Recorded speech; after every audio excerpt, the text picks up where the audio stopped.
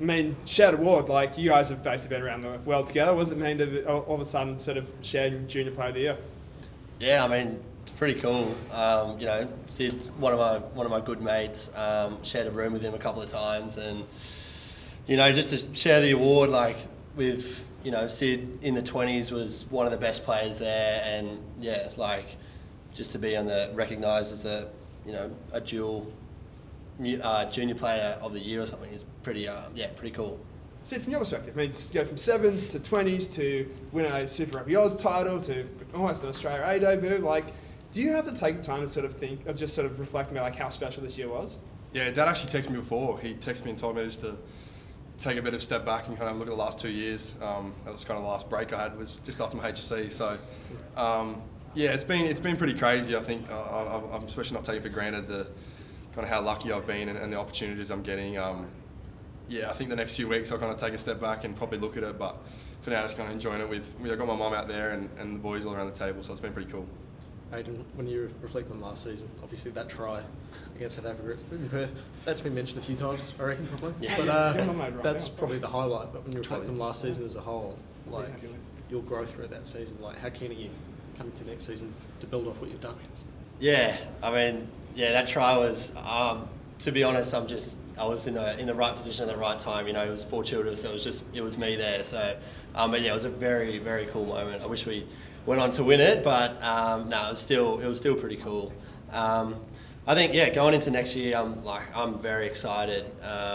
After the first season, getting all the new stuff out of the way, sort of thing. Like, I'm just excited to go around in the second round, just to be able to really stamp some authority and show why our team is a genuine title threat every time we go to a tournament. Obviously some new faces in the squad for next season too. Like, describe the mood in camp coming into next season. Like, everyone must be hungry to Yeah. Everyone's all the new boys have been really good. I think we're getting a couple more new boys next week.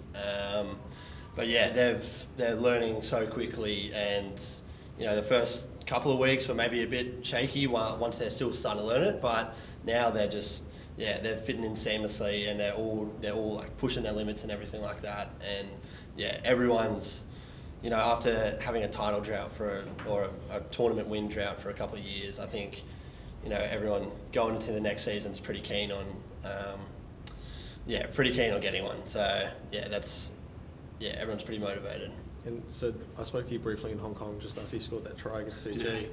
That was a pretty cool moment. Yeah, that stadium at 50k in attendance. Super Rugby Oz since, obviously with the Tars, Aussie A coming up. What's the highlight? Or how do you kind of reflect on all that? Highlight's tough. I think Perth, singing the anthem in Perth probably go close. You don't get no many people get that.